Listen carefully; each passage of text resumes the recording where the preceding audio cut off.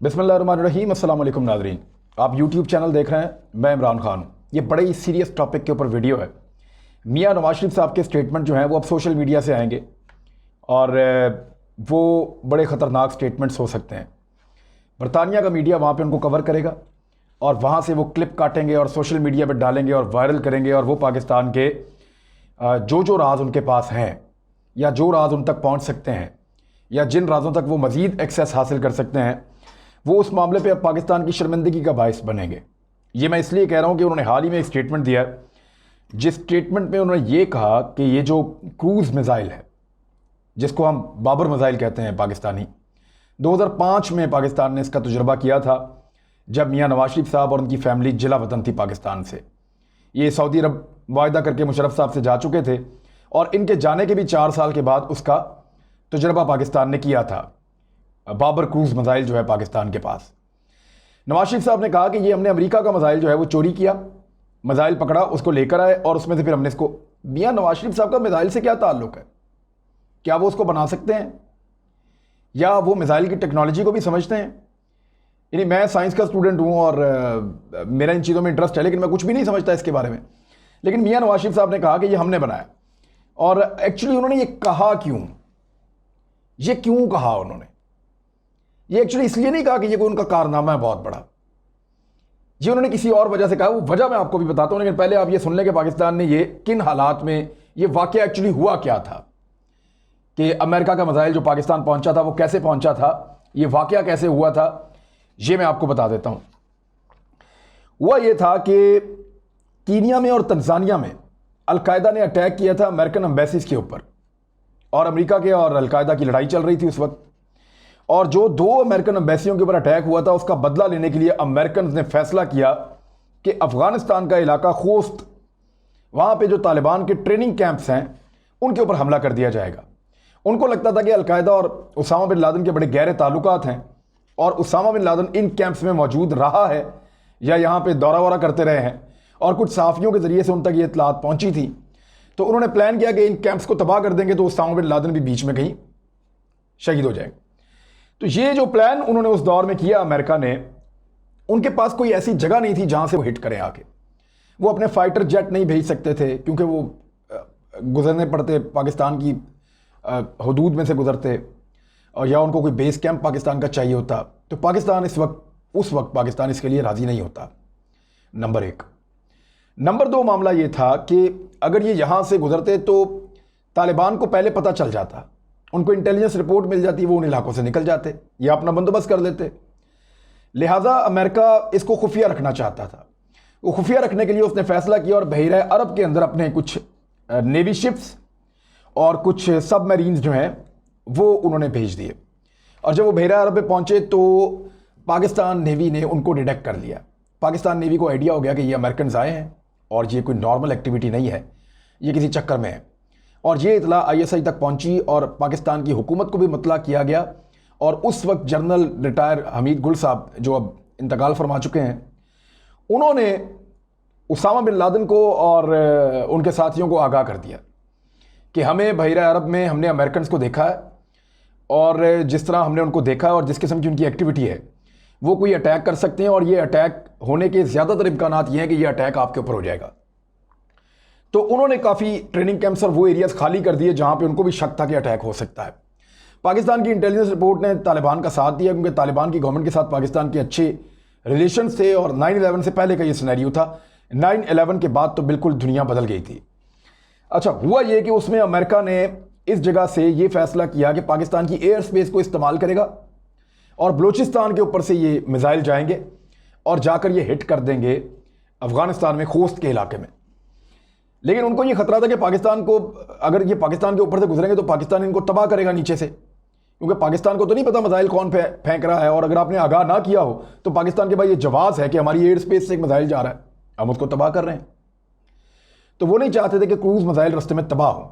और दूसरा खतरा उनको ये था कि जहाँ पर पाकिस्तान की एटॉमिक साइट्स हैं, और पाकिस्तान ने बड़े ज़बरदस्त रेडार यहाँ लगाए हैं इंडिया से बचने के लिए। तो इन मिज़ाइल्स को वो ये भी समझ सकता है पाकिस्तान की इंडिया की शरारत है, तो पाकिस्तान इनको सख्ती से निपटेगा। लिहाजा अमेरिका ने फैसला किया कि वो पाकिस्तान को ये इंफॉर्मेशन मिसाइल फायर करने से चंद मिनट पहले देगा और उन्होंने किया भी ऐसे ही कि पाकिस्तान को बिल्कुल 11th आवर में चंद मिनट पहले बताया कि जनाब ये मिसाइल अब हम फायर कर रहे हैं अफगानिस्तान में, ये हमारे मिसाइल जा रहे हैं, इनको छेड़िएगा मत। इन्होंने 20 अगस्त को 1998 को ये मिसाइल फायर किए थे और ये कुछ 70 के करीब मिसाइल थे। ये मिसाइल जाके अपने टारगेट के ऊपर लगे। 68 के करीब मिसाइल जो हैं, यानी लगभग सारे मिसाइल अपने टारगेट पे लगे, लेकिन सिर्फ 2 मिसाइल टारगेट पे नहीं लगे थे। एक मिसाइल पाकिस्तान का एक इलाका है वहां गिर गया बलूचिस्तान में, और जो दूसरा मिसाइल है खारान के इलाके में गिरा था, और जो दूसरा मिसाइल है वो अफगानिस्तान में गिर गया और वो उसके टुकड़े तालिबान के हाथ में लग गए। अब ये मियाँ साहब कह रहे हैं कि मिसाइल हमने पकड़ा, फिर हमने उसको खोला, फिर हमने उसको दिखा, तो ऐसा हो नहीं सकता। वजह यह है कि अमेरिकी जो लेफ्टिनेंट जनरल थे उस वक्त थॉमस, उन्होंने ये कहा था, ये क्लेम किया था, और ये अमेरिकन अखबारात में छपा था कि क्रूज मिसाइल बहुत नाजुक है, इसकी बॉडी बड़ी नाजुक है, ये अगर ना भी फटे और इसका ये तबाह ना भी हो, ये ब्लास्ट ना भी हो, फिर भी ये मिसाइल अगर गिर जाए किसी जगह पे तो ये रेजा रेजा हो जाता है, ये टुकड़े टुकड़े हो जाएगा। ये मुमकिन नहीं है कि ये महफूज पड़ा हुआ हो किसी जगह पे। तो ये उनका ख्याल था। बहरहाल अगर इसके टुकड़े भी मिले तो पाकिस्तान के हाथ एक मिसाइल लगा और पाकिस्तान की फोर्सेस ने उसको काबू कर लिया। दूसरा जो तालिबान के हाथ लगा वो उनसे चाइनीज़ आकर ख़रीद के ले गए। चाइनीज़ फौरी तौर पे वहाँ से निकले और वो पहुँचे खोस्त में। वहाँ पे उन्होंने तालिबान से कहा कि जितने पैसे चाहिए मिसाइल हमें दे दो। उन्होंने तालिबान से वो मिसाइल ख़रीदा और लेकर चाइना चले गए। उनके पास भी मिसाइल के टुकड़े थे, पाकिस्तान के पास भी मिसाइल के टुकड़े थे। अब देखें, दुनिया के अंदर एक दूसरे की वॉर टेक्नोलॉजी हासिल करना कोई क्राइम नहीं है। मुसलमानों की जो तलवारें थी उनको कुफार ने बाद में उनको कॉपी किया कि ये ज़्यादा बेहतर तलवारें हैं। इनके घोड़े जो थे, जिस किस्म की ये घुड़सवारी करते थे, उनको कॉपी किया गया। जो तोप बनी शुरू में, उस तोप को कॉपी किया गया। जो मंजनीकें बनी उनको, जो दिफाई मामलात होते हैं या सामान्य हर्ब होता है उसमें फ़ौजें एक दूसरे को कॉपी करती हैं, एक दूसरे से लड़ाई के दौरान भी सीखती हैं और अमन के दौरान भी सीखती हैं। और ये एक, क्योंकि जंग में और मोहब्बत में कहते हैं सब कुछ जायज़ होता है, तो ये जंगी आलात जो है वो आपको कैसे भी मिले आपको हासिल करने चाहिए, जैसे भी मिले आपको हासिल करने चाहिए। ये तो माले गनीमत के अंदर जंगी सामान लेकर चले जाते हैं। बहरहाल हमारे पास एक मिसाइल हमारे हाथ लगा, हमने उसके ऊपर रिसर्च शुरू की, और लेकिन डॉक्टर समर मुबारक कहते हैं कि वो मिसाइल इस हालत में नहीं था कि उसके ऊपर प्रॉपर रिसर्च हो सकती। उनको कहना भी यही चाहिए। पाकिस्तान ने 99 में मियां नवाज शरीफ साहब की हुकूमत खत्म हो गई। इस वाक़े के 1 साल के बाद पाकिस्तान ने अपना क्रूज मिसाइल जो बनाया वो 2005 में बनाया था, 7 साल के बाद। 2005 में पाकिस्तान ने अनाउंस किया कि हमारे पास बाबर क्रूज मिसाइल है जो बड़ा तगड़ा है, बड़ा ज़बरदस्त है। अच्छा, हैरान कुन हद तक ये था कि इस मिसाइल की तमाम सलाहियतें जो टॉम हॉक मिसाइल था अमेरिका का क्रूज मिसाइल, उससे बिल्कुल मिलती जुलती थी। रफ्तार भी वैसी थी, इंजन भी वैसा था, कैपेसिटी भी वही थी, और कारकर्दगी भी वैसी थी। 500 किलोमीटर तक जाता है और एटॉमिक वेपन्स को लेकर जा सकता है, इसके पास सलाहियत है। तो बड़ा ज़बरदस्त मिसाइल पाकिस्तान ने बनाया, बल्कि कुछ इसमें खूबियां जो है वो एडिशनल थी हमारे इन्वायरमेंट के मुताबिक। एक और चीज़ जो हुई, चीन ने 2004 में ये मिसाइल बना लिया, और वो भी इससे मिलता जुलता मिसाइल था। यानी पाकिस्तान ने 2005 में ये टेक्नोलॉजी बनाई, चीन ने 2004 में ये टेक्नोलॉजी बनाई। चीन में से तो आज तक किसी ने नहीं कहा, किसी लीडर ने नहीं कहा कि जनाब हमने ये अमेरिकन मिसाइल पकड़ा था और उसको कॉपी किया। रूस ने भी जो एटॉमिक तजर्बा किया था वो अमेरिका से नुस्खे और सारी टेक्नोलॉजी को चुरा के वो ले गए थे उनके एजेंट्स, और फिर उन्होंने उससे एक एटम बम बनाया। आज तक नहीं मानते, वो कहते हमने खुद बनाया। पाकिस्तान ने अपना एटम बम कैसे बनाया, कैसे टेक्नोलॉजी हासिल की, और कैसे डॉक्टर अब्दुल कदीर साहब और बहुत सारे लोगों की एक मेहनत है।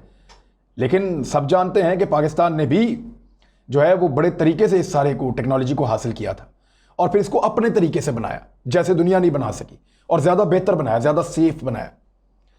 तो मामला ये है कि ये चीज़ें कौमी राज होते, इनके ऊपर से आप पर्दा नहीं उठाते, लेकिन ये पता सबको होता है।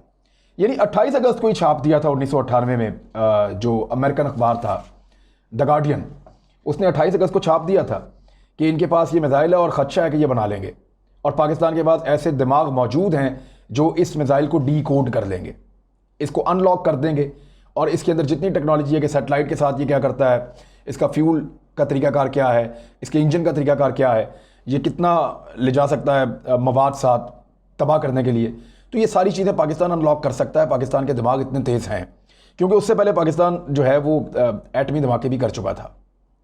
तो अमेरिका को ये खदशा था कि ये एक ऐसा मुल्क है जो ये कर सकता है, और पाकिस्तान ने करके दिखाया। पाकिस्तान ने और बहुत कुछ करके दिखाया। पाकिस्तान ने JF-17 थंडर बनाया चीन के साथ मिलकर। पाकिस्तान ने बहुत सारे और मिसाइल बनाए। तो ये सारी चीज़ें, ये सारी टेक्नोलॉजी पाकिस्तान ने या कहीं से सीखी या खुद तजुर्बे करके बनाए। इसमें कोई अलग, आपको हथियार चाहिए होते हैं। आप ये देखते हैं कि मुझे हथियार चाहिए। मिखाइल कलाशनकोव ने एक गन बनाई।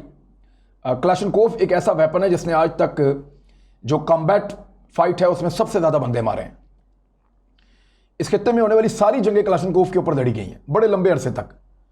तो ये एक मिखाइल कलाशनकोव नाम का आदमी था जो रूस का रहने वाला था, उसने बनाई थी। अमेरिका इस टेक्नोलॉजी पे बेशुमार गनें बना चुका है। इसी टेक्नोलॉजी के ऊपर जो है वो जितने आपके यूरोपियन ममालिक हैं वो सारे बेशुमार गन्स बना चुके हैं। वो तो कभी नहीं मानते कि हमने जो है वो कलाशनकोव को कॉपी किया था। जो इस तरीके से जो कलाशनकोव का ऑपरेटिंग सिस्टम है वही ऑपरेटिंग सिस्टम अमेरिकन गन्स का भी है। अब जाके उन्होंने एक गन बनाई M4 राइफल, वो आज भी कलाशनकोव का वैसे मुकाबला नहीं कर सकती, उसकी अपनी खूबियां हैं। पाकिस्तान की G3 है वो ईरानी G3 से मिलती जुलती है। ईरान ने हमारी तरह की बनाई और मुल्कों ने बनाई। तो ये 308 इसका कैलिबर है। तो बहुत सारे ऐसे वेपन्स हैं जो एक दूसरे के साथ मैच करते हैं। बहुत सारे ऐसे हथियार हैं और इसमें एक दूसरे से सीखते भी हैं लोग। बाद का हथियार खरीद के उसकी तरह का बना लेते हैं, बाद का टेक्नोलॉजी खरीद के उसकी तरह का बना लेते हैं, बाद का चोरी करके बना लेते हैं और बाद का सीना चोरी करके बना लेते हैं। बाद का उनके हाथ अल्लाह ताला को तोहफा दे देता है, उसके ज़रिए से भी बना लेते हैं। लेकिन जो वफादार होते हैं अपने मुल्कों के, वो इन राजों को सीने में लेकर दफन हो जाते हैं, इन पे बात नहीं करते। ये मिसाइल कोई जनरल बाजवा का नहीं है, ये पाकिस्तान का है। ये मिसाइल कोई इमरान खान का नहीं है, ये पाकिस्तान का है। आप किसके खिलाफ बात कर रहे हैं? पाकिस्तान के खिलाफ बात कर रहे हैं। एक्चुअली मियां नवाज शरीफ साहब अब पाकिस्तान की एस्टेब्लिशमेंट को, अब मैं बताने वाला हूं कि मियां साहब ये क्यों कह रहे हैं। पाकिस्तान की एस्टेब्लिशमेंट को और पाकिस्तान के इदारों को और पाकिस्तान की हुकूमत को खौफजदा किया उन्होंने इस जुमले के साथ और ये वाली कहानी सुना के कि मेरे पास जितने राज हैं ना मैं सारे खोल दूंगा। और भी बहुत सारे राज हो सकते हैं। बेशुमार मीटिंग इन्होंने की हैं कौमी सलामती के इदारों के साथ। उन्होंने एतबार करके अपने कौन कौन से राज इनको बताए होंगे, कौन कौन सी चीज़ें इनको बताई होंगी कि फलां जगह पे हमारी ये स्ट्रेटजी है, फलां जगह पे हमारी ये स्ट्रेटजी है, हम इस हिकमत अमली के साथ चलना चाहते हैं। एक्चुअली मियां नवाज शरीफ साहब ने एक पैगाम दिया है। वो ये बताना चाहते हैं कि अगर मैं ये कह सकता हूं ना कि आपने अमेरिका का मिसाइल जो है उसको पकड़ा और उसकी रिवर्स जो है वो उसकी इंजीनियरिंग की और उसके बाद आपने ये मिसाइल बना के आपने चला दिया, ये तो अमेरिका को भी पता है, लेकिन वो कभी इल्ज़ाम साबित नहीं कर सकता। अगर मैं ये कह सकता हूं तो फिर मैं और भी बहुत सारे आपके राज और पोल खोल सकता हूं। कौमी सलामती के बहुत सारे राज हुक्मरान वक्त के पास होते हैं अनफॉर्चुनेटली। और अगर हुक्मरान वक्त जो है वो बाद में इन हालात में आ जाए तो उसके पास दो ऑप्शन होते हैं, या तो वो मुल्क और कौम का वफादार रहे और उन राजों को अपने सीने में रखे और ब्लैकमेल ना करे। ये चीज़ें ब्लैकमेल करने के लिए, आपकी पॉलिटिक्स है, आपकी करप्शन है, आपकी चीज़ें हैं, आपकी सियासत है, कभी नरम है कभी गर्म है, चलता रहेगा। हो सकता है कभी आप दोबारा इक़्तिदार में आ जाएं, जिसके इम्कानात आप खुद कम करते जा रहे हैं।